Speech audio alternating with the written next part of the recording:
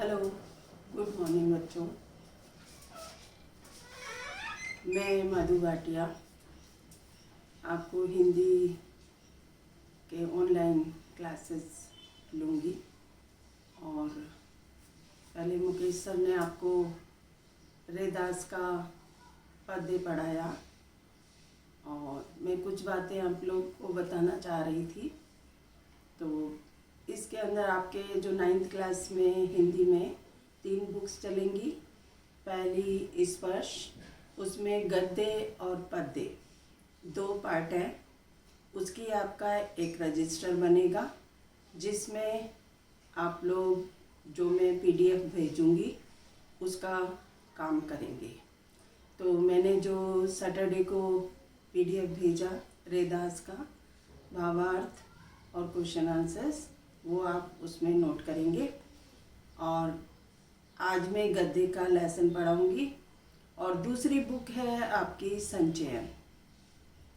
ठीक है, तो एक रजिस्टर में आपके गद्य और पद्य का काम होगा और दूसरे रजिस्टर में संचयन और ग्रामर का होगा।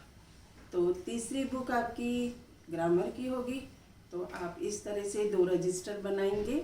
पहला उसमें गद्य और पद्य स्पर्श का होगा और दूसरा रजिस्टर आपका संचयन और ग्रामर का होगा। ठीक है, तो आज हम गद्य का पहला पाठ पढ़ेंगे, दुख का अधिकार। तो उसके लेखक हैं यशपाल। तो उनके बारे में हम पहले पढ़ेंगे। यशपाल का जन्म फिरोजपुर छावनी में सन 1903 में हुआ।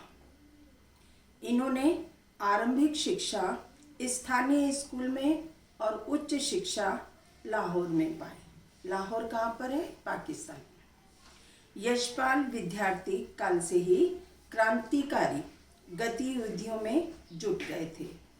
अमर शहीद भगत सिंह आदि के साथ मिलकर इन्होंने भारतीय स्वतंत्रता आंदोलन में भाग लिया था। यशपाल की प्रमुख कृतियां हैं अर्थात रचनाएं हैं देशद्रोही, पार्टी कामरेड, दादा कामरेड, झूठा सच तथा मेरी तेरी उसकी बात। ये सभी उनके क्या हैं? उपन्यास हैं। ज्ञानदान, तर्क का तूफान, पिंजरे की उड़ान, फूलों का कुर्ता, उत्तराधिकारी, ये सभी कहानी संग्रह हैं। और सिंहावलोकन आत्मकथा है। सिंहावलोकन उनकी आत्मकथा। आत्मकथा मतलब अपनी। मेरी तेरी उसकी बात पर यशपाल को साहित्य अकादमी पुरस्कार मिला।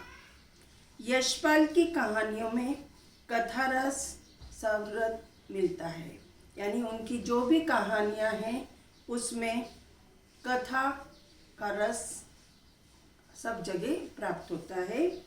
वर्ग संघर्ष, मनोविश्लेषण और प्रेरणा व्यंग इनकी कहानियों की विशेषताएं हैं।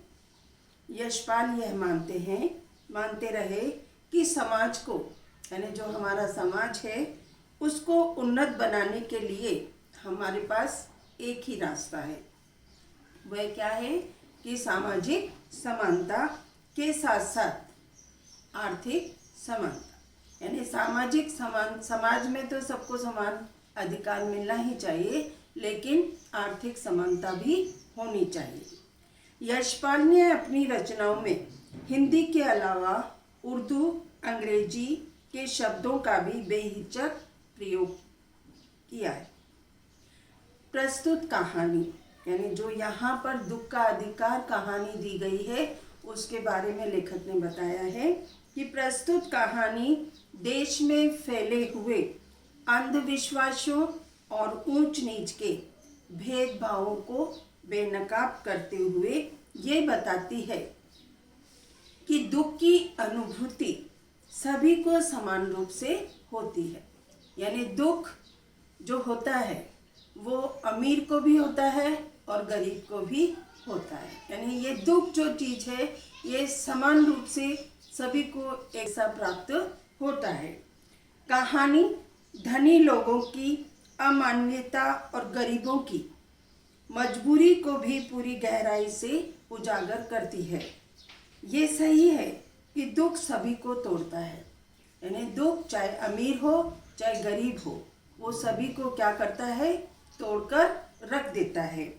दुख में मातम मनाना हर कोई चाहता है, यानी जब किसी के ऊपर दुख आता है तो वो उसका मातम मनाना चाहता है, लेकिन कुछ लोग मजबूरी के कारण नहीं मना पाते और कुछ इतना ज़्यादा मनाते हैं कि 2-2, 3-3 महीने तक उस मातम को मनाते रहते हैं और कुछ मजबूरी में दूसरे दिन ही अपने दुखों को भूलकर अपने कार्यों पर निकल जाते हैं। दुख के क्षण में समानता होने पर सब अवश्य हो जाता है, पर इस देश में ऐसे भी अभागे लोग हैं जिन्हें न तो दुख मनाने का अधिकार है और न अवकाश। यानी वो कौन है? गरीब लोग। गरीब व्यक्ति को न तो दुख का अधिकार है और न ही कोई उन्हें छुट्टी मिलती है काम करने के लिए। क्यों? क्योंकि उनकी ये मजबूरी है कि वो अगर दो वक्त का खाना खाना है उन्हें, तो उन्हें रोज मजदूरी करनी पड़ेगी। और उसी तरह से दुख मनाने के लिए एक अमीर व्यक्ति 3-3, 4-4 महीने तक बैठकर अपना दुख मनाता रहता है, लेकिन गरीब व्यक्ति को वो दुख मनाने का अधिकार भी प्राप्त नहीं होता। तो ये जो कहानी है दुख का अधिकार, इसके अंदर लेखक ने यही कुछ बताया है और वो हम आगे की क्लास के अंदर पढ़ेंगे।